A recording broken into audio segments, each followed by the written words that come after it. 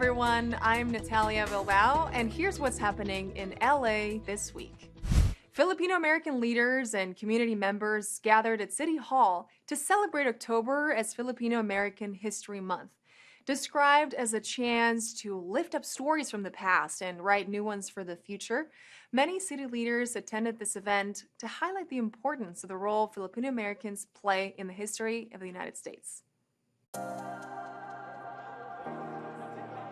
Tonight is the Filipino American History Month kickoff celebration here at City Hall, and we are proud and pleased to celebrate the accomplishments of our Filipino American leaders in our community.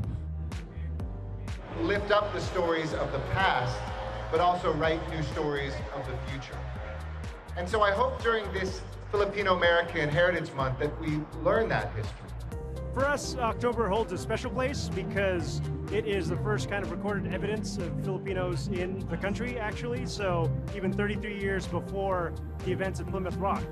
Even the city and its founding, there is the 13th Poblador, where it has a Filipino descent.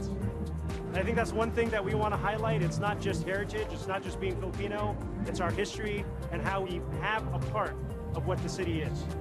Events like this are important to the Filipino American community because it's been a long time coming. We've always been booked in as one big group of Asian Americans, but there are different cultures. And so for us, having Filipino American History Month for ourselves, it signifies the rich history of Filipinos in the United States. It feels good to have an identity. It feels good to be recognized. You know, and we live in a country that provides that type of opportunity, but sometimes we also don't recognize the people that walk amongst us, right? The Filipino Americans continue to break barriers every single day. When we talk about government, corporate America, entertainment, and more, you all are history makers. In addition to our heritage, that history is very important because all our talents, all our accomplishments will really help shape the future of the history of the United States.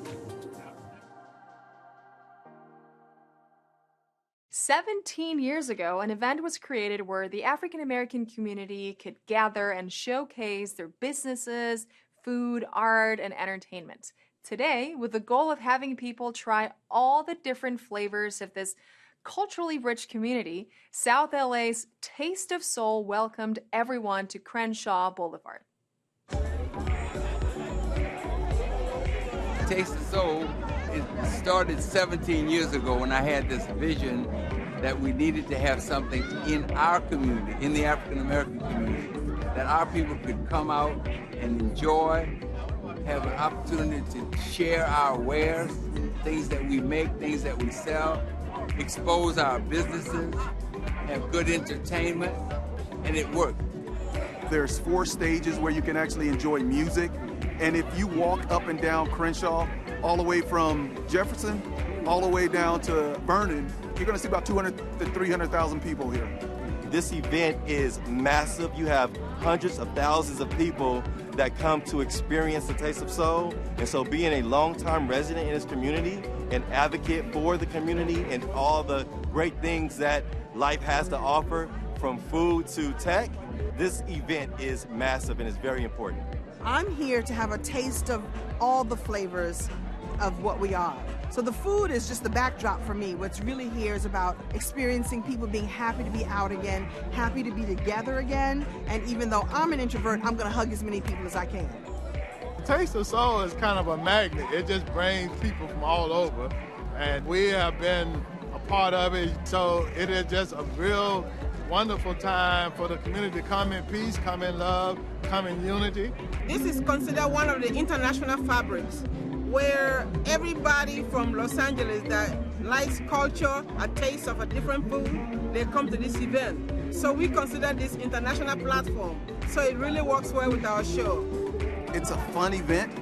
I've been here as a police officer, as a sergeant, as a lieutenant, and it's an inclusive event. So it's just not for African Americans. It's about the taste of soul. And at the end of the day, it brings community together. there's a diversity of people that make up whatever Los Angeles is. It's because of many different people, many different ethnicities, and I think that's what makes Taste so successful.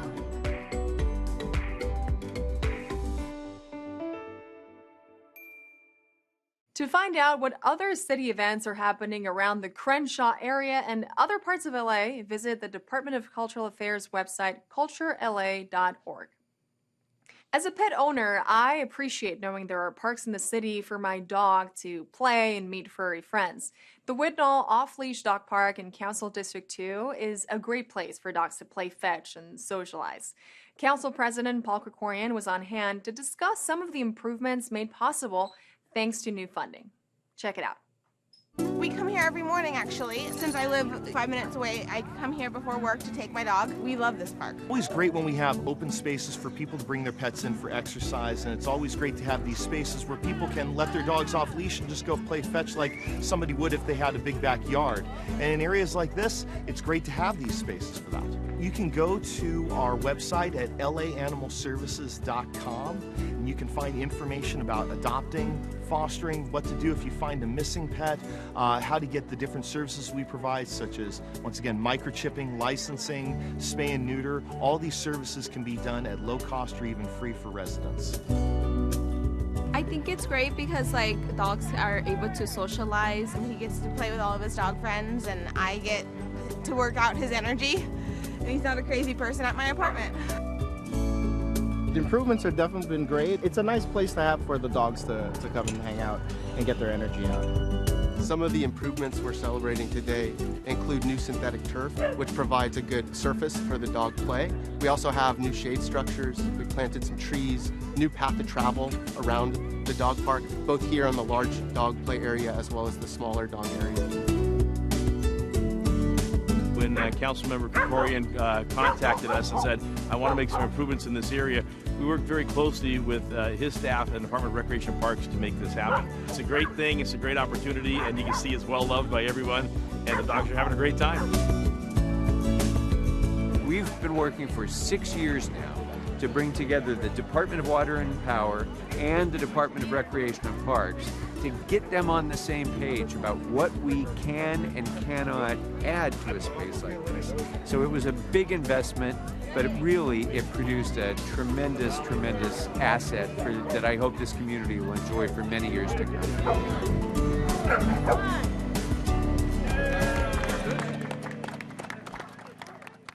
Councilmember Curren recently took part in the 2022 Poverty Summit to continue the conversation around the pursuit of programs and policies that eliminate poverty in Los Angeles. The Big Leap Guaranteed Basic Income Program is one example of how Price is hoping to combat and possibly eliminate poverty in the next 20 years. This is an opportunity to bring government leaders, community leaders, experts together, talking about how we can pursue programs and policies to eliminate poverty in our city. We've got some ambitious goals of eliminating poverty over the next 20 years or so. And so this is a chance to compare ideas, to talk about trends, and to develop strategies that will help us achieve that goal. I'm certainly sensitive to the fact that the majority of the District 9 population is in poverty. And so I wanted to come up with a program that would help empower my constituents to overcome these issues. And so we thought it would be an excellent opportunity to have Big Leap at a time when poverty is such an important element in our community. Initially, we hoped to benefit 500 families in CD9. The program was expanded, the support of the mayor and other council members, to make it 3,200 families that would take part in this program. So in District 9, almost 800 families are going to be participating. And over the past several months, we've been able to distribute some $27 million in benefits to households that participated in this program. From the very beginning, we did a number of things. We certainly embarked upon a campaign to inform and advise individuals about this program. We were also signing people up, not just here in the district office, but in the community centers and park recreation centers around the district. In other words, we provided technical assistance, computers, Wi-Fi, so that folks could log on and sign up. We had some 60,000 individuals signed up citywide And from that number, 3,200 were selected. We hope that it will expand. We know that there's going to be a lot of scrutiny looking at this class to see what occurred, but we know there's still a great need in our community.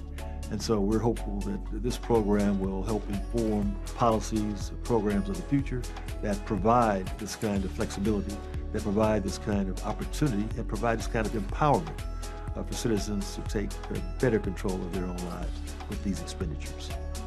For those who are eligible to participate in the program, they have to be at a certain income level. Then it's a lottery selection. That's why it's important that we have another class of this program. Right now, we're able to serve 3,200. We know that there's a greater need, and we're hopeful that subsequent class, again, will provide another group of citizens with an opportunity to participate in this program because there is such a need, and poverty is such a big issue in our community. They can contact the Community Investment for Families Department in our city to get additional information and to learn how they can participate in upcoming programs.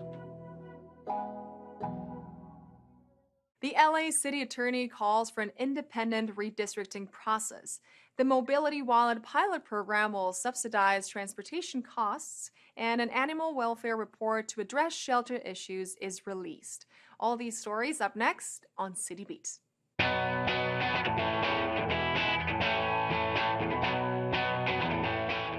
City Attorney Mike Fewer called for a special election in the spring of 2023 on his proposed independent redistricting process.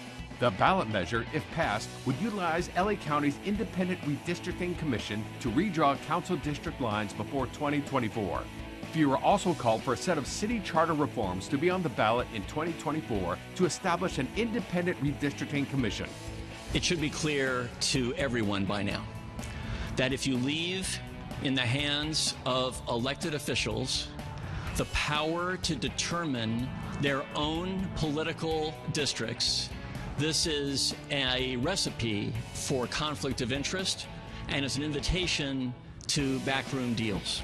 For more information on the proposed redistricting strategies, visit lacityattorney.org. The City of LA and Metro are offering qualifying South LA residents an opportunity to receive $150 a month for transportation costs.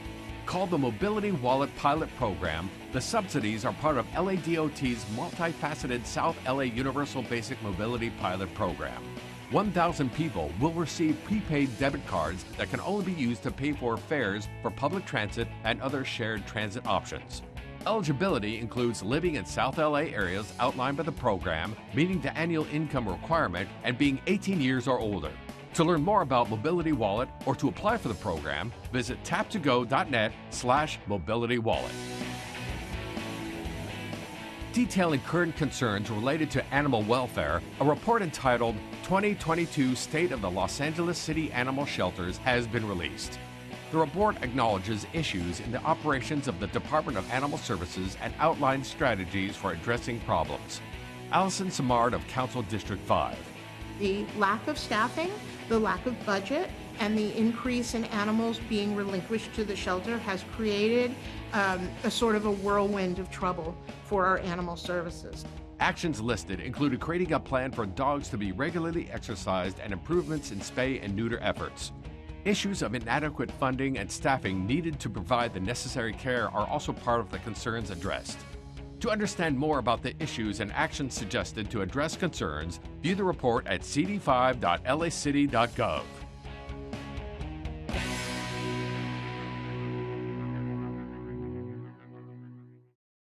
Whether we like it or not, we live in earthquake country, where an earthquake can happen at any given time. This is why preparedness is so important. Jennifer Lazo from the Emergency Management Department shared with us some valuable tips and recommendations to make sure that in the unfortunate event of a major earthquake, we are prepared. It's important to prepare for an earthquake because we live in earthquake country. An earthquake could happen at any time and in any place, and so it's important for us to make sure we know what to do, when to do it, so we can keep ourselves, our families, and our communities prepared. The most important thing to know is what to do when the earthquake shaking actually happens. You need to drop, cover, and hold on. Drop to the floor or into a chair or couch if needed if you can't get to the floor safely. so that the earthquake doesn't make you fall down. Cover your head and neck.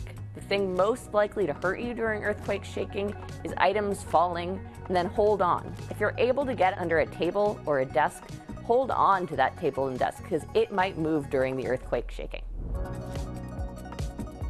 During an earthquake, you're going to need things to keep you safe. And one thing we recommend is that everyone have an under-the-bed kit ready to go. That kit is what you would need if you have an earthquake in the middle of the night. So first off, you need a sturdy pair of shoes and socks so you won't cut your feet on any broken glass or items. Second, you're going to want a flashlight so you can see even if the power is out. If you wear glasses, definitely keep an old pair in that bag. You might even want a crowbar just in case your home shifts in such a way that doors are hard to open.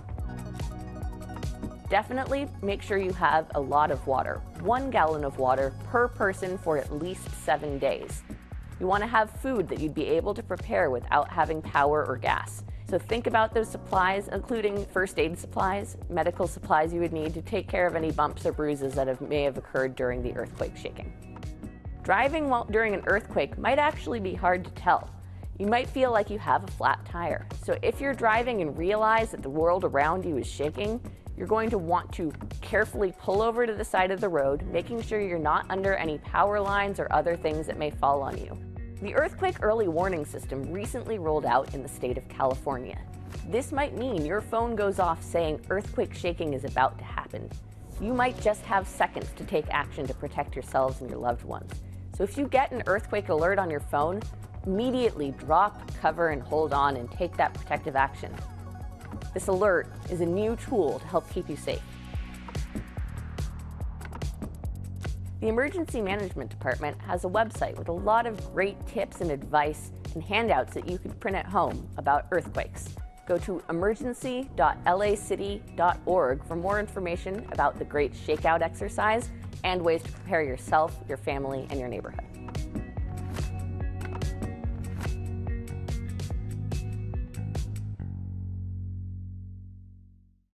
In its efforts to improve the health of citizens and the environment, Los Angeles is planting trees around different urban areas. Council District 13 recently planted 69 trees in its neighborhood, providing its residents with a greener, healthier, and more livable space. We are out here celebrating the planting of 69 trees in one of the busiest transit corridors in Los Angeles. There is such a need for an increased tree canopy. We want to give people some shade so they can walk to transit more safely, more comfortably, and we want to reduce that urban heat island effect so that it will really benefit all the residents living here. There's a scarcity of trees. We need them for the environment, for our health and well-being. So this is a really important project. We have 69 trees going in, and most importantly to me, we also have the maintenance secured to keep those trees alive through their establishment period so they can really thrive. Oftentimes, trees are put in, people walk away, and they can't sustain themselves. My parents have opened up a small business around the corner, and they have operated that store for more than 10 years. So I am very familiar with this stretch of Los Angeles, and we are so delighted and excited that it's going to be transformed into a more of a beautiful piece of public space for all to enjoy. And also, I'm a father of a 2-year-old daughter, and I recognize the importance of having just safe crosswalks and sidewalks and bus benches to enjoy so that when we take a stroll, we're not tripping over anything, and also when we're taking public transportation, we feel that it's safe and clean for everybody. This is helping to fulfill a vision for livability that has been developed for this corridor over the past several years. In addition to the trees, we're going to be installing new bus shelters, bus pads, pedestrian lighting, and high visibility crosswalks. So when all of this is done in 2023, Santa Monica Boulevard over a pretty long stretch is going to be a lot more walkable and a lot more livable for people who are here.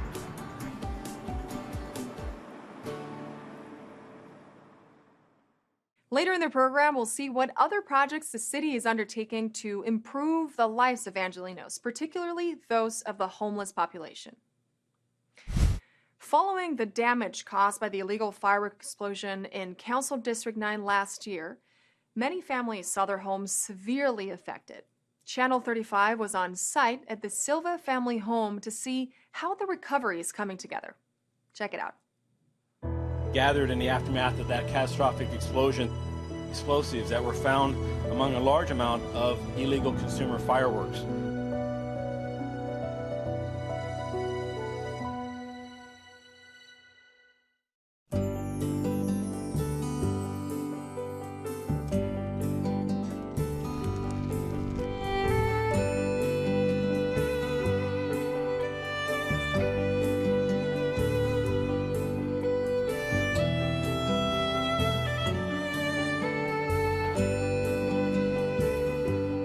Well, this is an exciting day. We're going to be moving the Silva family back into their home.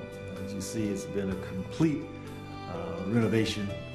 Every room, making sure that they have all the conveniences possible. We care about what happened and about their livelihood and their progress after.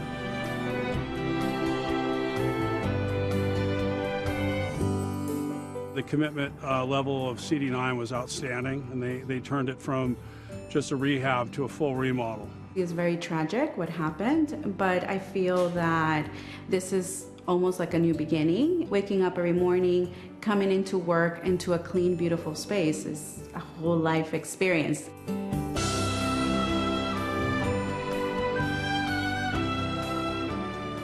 And I just hope that you and your family are going to be pleased. We spared no expense, wanted to make sure that we provided best material, best quality, best workmanship, and the best creative spirit in making this space a home again. We can't wait to move back in. Thank you very much, my friend. Thank you. Thank you.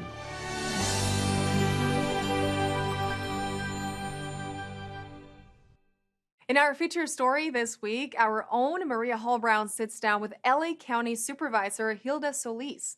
She discusses the work underway to combat the homelessness crisis and talks about the specific projects currently aimed at providing housing to those in need. Let's hear this story. Well, you've had a remarkable career, and currently now you are serving the County of Los Angeles. I know you're very deeply involved in the County of Los Angeles Homeless Initiative. Well, the Homeless Initiative came out of the whole Measure H, and so I think there's this whole idea that somehow you can just move people off the street, put them somewhere, and they're going to be okay, but it doesn't work that way. It takes time. It takes mental health teams, treatment teams, health practitioners who can also help us and do some of that work out on the street. And that's one of the things that I'm really excited about, because now that I represent all of Skid Row, we're going to have a plan to address what is happening on Skid Row, working with all the services, including the City of LA, so that we can actually get people off the streets so that they survive, they can heal, and they can receive the just dignity and respect that they need. It's been about 18 months since you opened the Hilda Solis Care First Village. I mean, that's a success story. I think it's a game changer for a lot of people. I had no idea that we could transform containers that you see in the ports of LA and Long Beach, that they could be converted into homes. When I first thought of it, I thought, oh no, that doesn't sound realistic. But when I saw some models of what they could do, I thought, you know what? This is acceptable, because you can split the container in half and still have room for a unit, one unit to house one person that would have their own restroom, their own shower. They even went as far as to put a dog park on the property. Aww. You got to see it. It's phenomenal. It's just phenomenal. And along with what you said, you know, obviously there's a need. And one of the opportunities might be sitting right outside of downtown with the LA General Hospital. How's that plan going? Well, I have been excited about looking at it, because it is, I mean, we're talking about many, many acres of floor space that if we could retool it, put in new elevators, electricity, plumbing, and divide it up into sections so that we could have up to anywhere from maybe 500 to 600 to 700 units of housing so that we can get people stabilized and hopefully back out in the community. And it's going to take time, and not everyone is going to be able to go back to the community. Our hope is to do that, but to do it with people that even have had lived experience to help draw people to understand, I can empathize with you. I understand what you're going through, and I want to show you what choices, not demand. You can't do that, but you can say, here are choices. And believe it or not, I think we'll be able to do a better job once we kind of put ourselves in that place where we're listening. And I think that's really critical. So yes, the county's here to serve and try to do the best we can. Honor the tradition of Dia de los Muertos in Pacoima. Join the fun of the Happy Harbor Halloween event in San Pedro, or attend a family-friendly Halloween safety event in Council District 9. All this up next on Things to Do.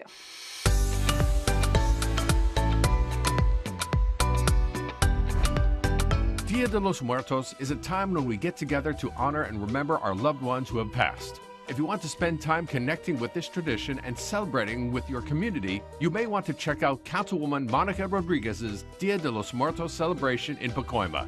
The weekend before Halloween, join the residents of Pacoima in a free event open to everyone, where you can stroll around and admire community altars, enjoy delicious food, dance and sing along to live music, and much more. Dia de los Muertos in Pacoima will take place at the Pacoima City Hall on Saturday, October 29th from 12 p.m. until 8 p.m. For more information and details, visit cd7.lacity.org/events. Are you the type of person who likes to celebrate Halloween while feeling the gentle touch of the ocean breeze? Then the Happy Harbor Halloween event that the Port of LA is holding may be the treat that you deserve. This free event, which welcomes all people, will include an entertaining marionettes show, creative face painting, games for the younger ones attending, and arts and crafts for those who want to let their inner artists come out for Halloween. Happy Harbor Halloween will take place at the Wilmington Waterfront Park Town Square in San Pedro on Saturday, October 29th at 11 a.m.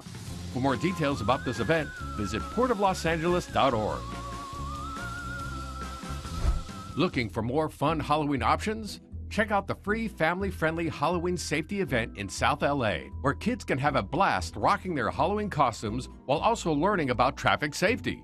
Children will be able to enjoy a wide range of activities at this event: face painting, trick-or-treating, music, and a chance to learn about bicycle and pedestrian safety. But there's more, because one lucky winner out of the first 400 people who register for this event will win an Apple iPad. The free family-friendly Halloween safety event is sponsored by Councilmember Curren.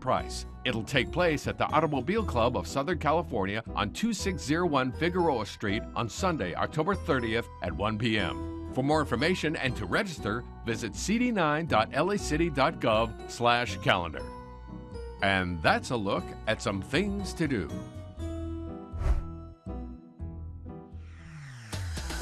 And that's it for this edition. I'm Natalia Bilbao, and from all of us here at LA This Week, thank you so much for joining us. A reminder that you can catch us online at lacitywiew.org, and we're also on Facebook, Twitter, and YouTube. See you next time for more LA This Week.